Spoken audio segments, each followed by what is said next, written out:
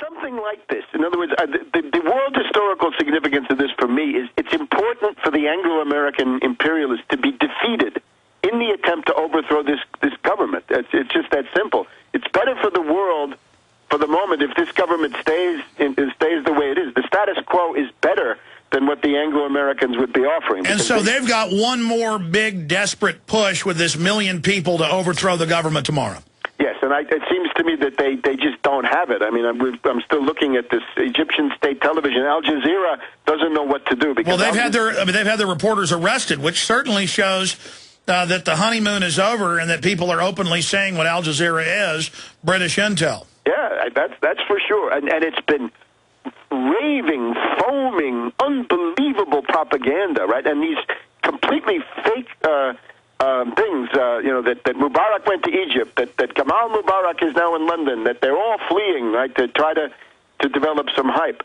The general idea, though, is that the influence of China, Russia, would increase in the Middle East, increase up to a point. In other words, the idea would be to have some situation where if a country didn't like the deal they were getting from the U.S., they could say, well, if you're really going to be this unreasonable, we're going to try the Chinese or the Russians or the Brazilians or the Venezuelans or somebody else. This generally leads to a more stable world situation. And with balance of power. Nasser was able to build the Aswan High Dam because he said to the U.S., will you help me build it? And John Foster Dulles said no. And then he said, well, I'll get the Soviets to do it. And they brought in an Italian engineering company, and they built it. So that's how you can get somewhere.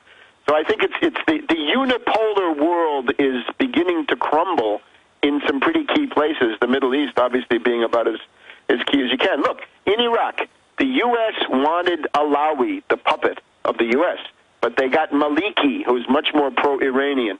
The government in Lebanon is not a U.S. puppet, but Hezbollah influenced. And if you look back then to Iran in the summer of 2009, that was supposed to be the Twitter revolution. It failed.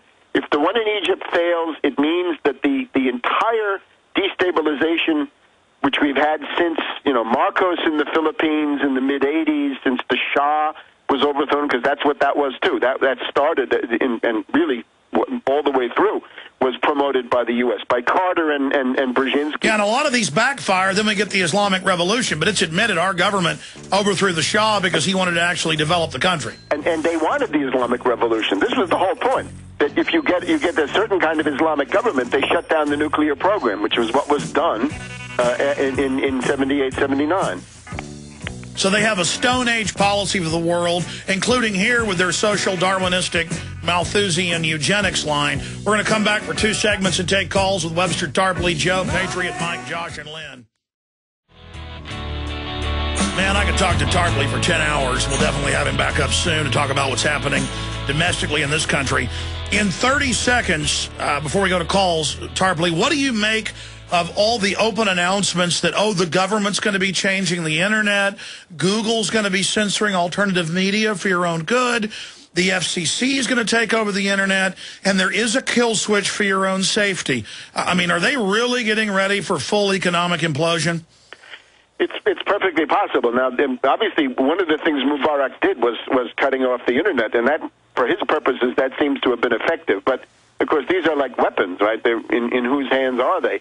The U.S. is preparing these things anyway, but now that that's been done against them, then they have an occasion to talk about it, right, to popularize this idea. So obviously we don't want that here. But Webster, when you say U.S., you mean the banking cartel that's captured it?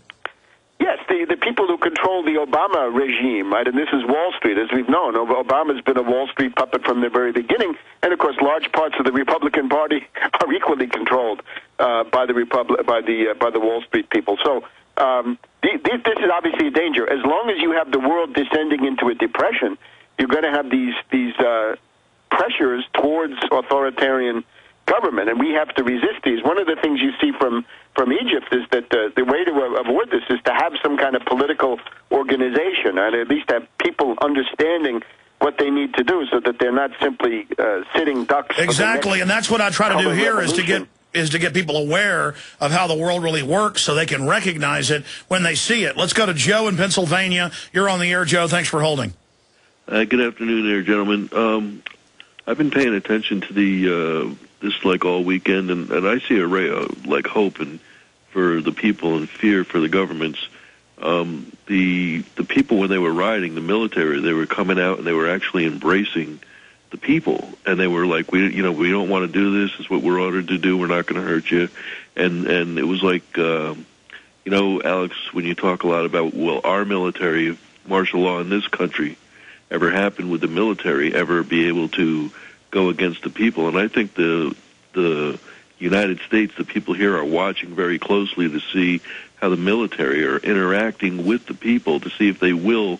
Well, that is true, but the globalists would here have somebody shoot some of the military to then elicit them to attack the crowd. That's where false flags and staged events come in, and there's some evidence in the Egyptian papers that indeed somebody's trying to get the military and the people fighting to enrage the crowds even more, that provocateurs controlled by the West or by Mubarak are running around sabotaging things.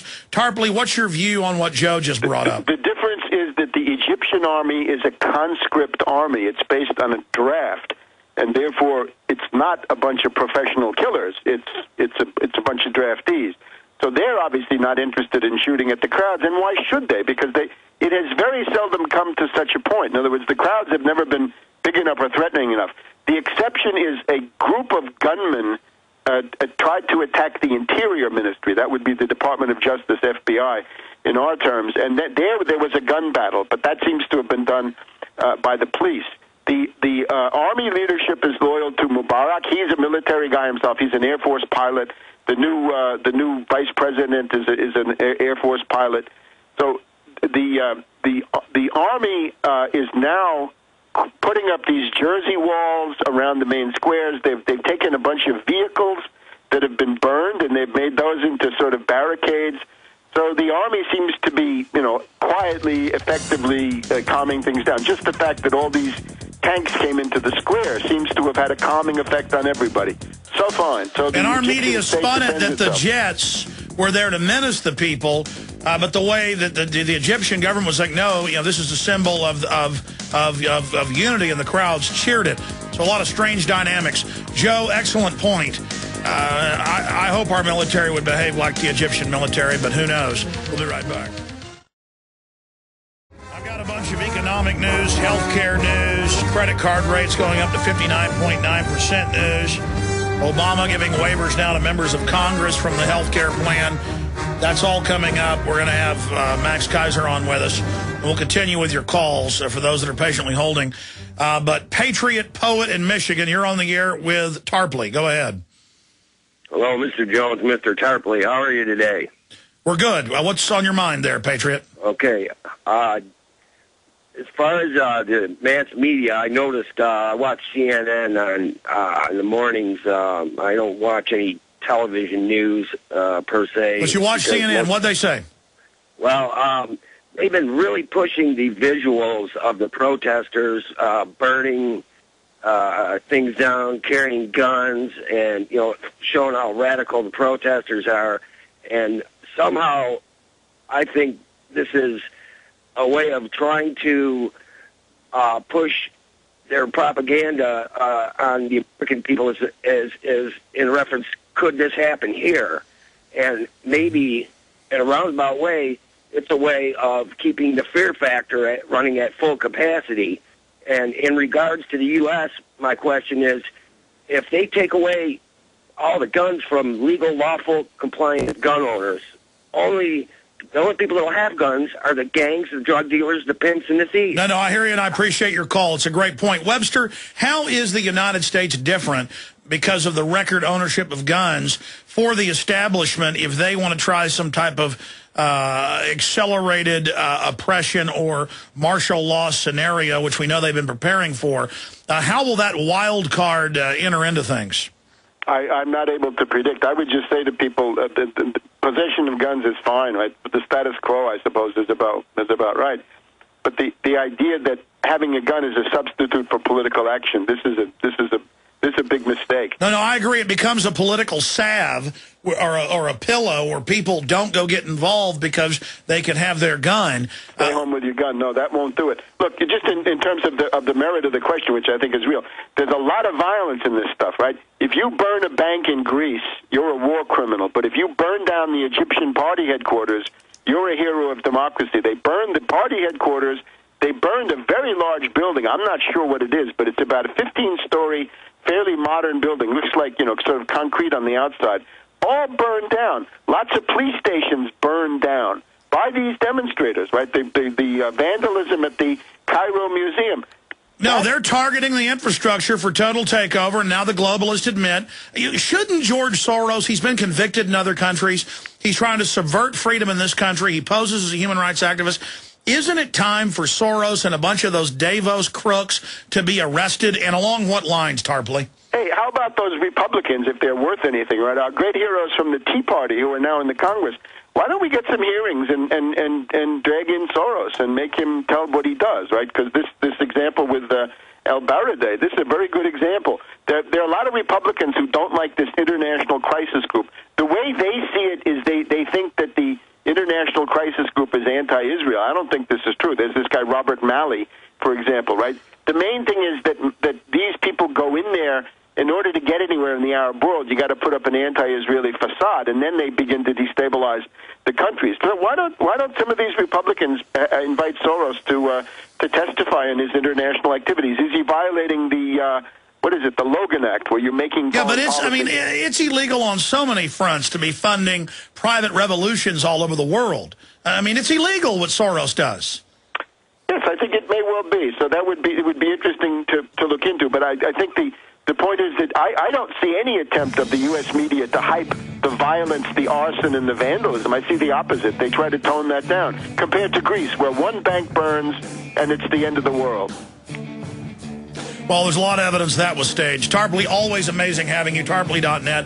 Our websites are Infowars.com and PrisonPlanet.tv. Please stand by to join us later in the week, Tarpley, as things unfold. Thank you so much. Bye-bye. We'll be right back with Max Kaiser. Transmission continues. Your phone calls and a blitz of news straight ahead. Visit Infowars.com and PrisonPlanet.com. When you're on the sites, you can also tune in 24 hours a day to my daily radio broadcast. There's also a free iPhone app to listen to the syndicated radio show when and where you want.